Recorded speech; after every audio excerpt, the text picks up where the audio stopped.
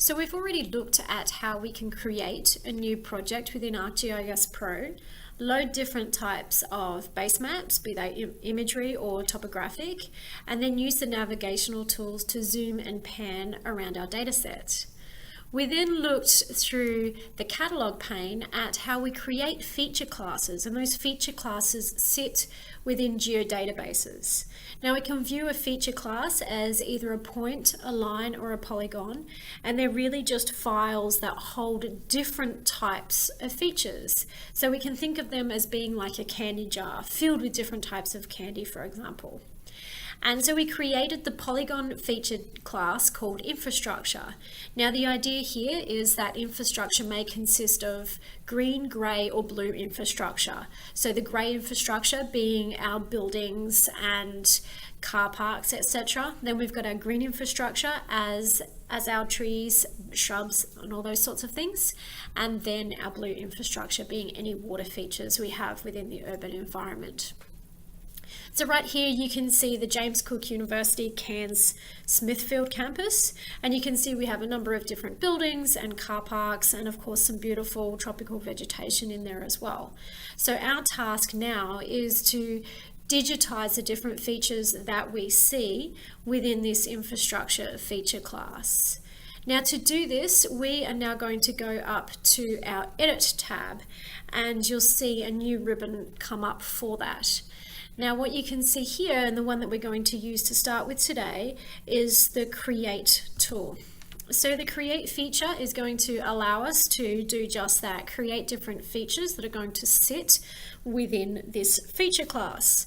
Now let's have a look at it. If I tap on infrastructure here, you can see some different shapes appear, and this is going to help me draw out the different shapes that I see within the James Cook University campus. And I'm going to start with just digitizing the different buildings that we have.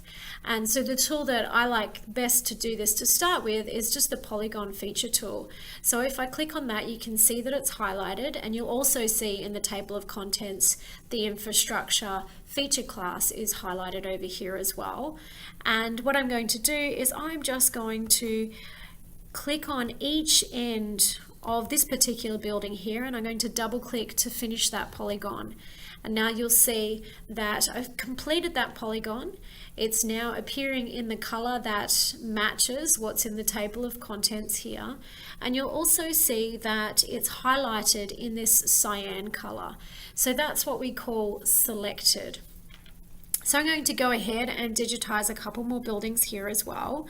So let's get this one in here and double click to finish that. And now while I look at this, I think, you know, maybe pink isn't the best color for my buildings. So really working with this idea that this is gray infrastructure, perhaps I'd like to see it as a shade of gray. So I can do that really quite easily. So even in the table of contents here, you'll see this color patch. And even as I hover over it, it says click to modify symbol. So I can do just that. If I click on it and we see all these different colors come up that I can potentially use to visualize my infrastructure feature class here. Now you can play with the properties here and select the color patch and choose any different color that you would like, or choose one that's already been created within the gallery to match a particular feature within someone's classification. So actually perhaps I quite like this building footprint one that matches what I'm doing. So I'm going to click that one, and you'll see that automatically it changes over here in the table of contents, and the features that I have digitized within that feature class have changed as well. Now I can go ahead and continue to digitize individual buildings, but another thing that you might see is that some of these buildings kind of attach next to each other. So let's have a look at if I digitize the boundary of maybe this building here. And you can zoom in as you do this as well. So say that's one building, and you'll see that there's another building that's sort of attached to it as well, or maybe it's another part of the building. If we actually want that to attach nicely so we don't have any gaps between our polygons, this tool here is quite a nice one to do as well. So if we use this Autocomplete tool, you'll see as I hover over a corner of a building here, I'm going to digitize around the edges of this building, and I'm going to come inside this other one that I've already created, and then I'll double click to finish that, and you'll see that it just fills the gaps. Even though I drew in a much larger area, it allows me to not have any overlapping polygons. Now this is really important because we don't want polygons to overlap each other, and we also don't want them to have gaps between each other if they're supposed to be nested into each other as well. So it's really important that if we were to zoom in, that we would see these polygons, they sit nice and snugly together, and they do share a border together as well. So we're not missing any features as we do that. Now, if you like, you can also use this select tool. So the select tool will allow me to click off that particular polygon that's already highlighted. So if I tap somewhere else, you'll see where the border is of that particular polygon, but again, it fits nicely in like a jigsaw. So you can zoom and pan in around, and that's going to help you navigate to your different areas and make it easier for you to digitize as well. Now let's say that once we actually digitize these two buildings, we decided that really they should just be the one building rather than being two separate ones. So it's really quite easy to merge the two of those together. So what we do, I'm going to use my select tool here to draw out a box surrounding those two, and you'll see that now both of those polygons are selected, so they are highlighted in cyan. Now, if we go up to the modify tool just up here and click on this, you'll see that we've got a range of different options of how we might want to modify the features that we've just created.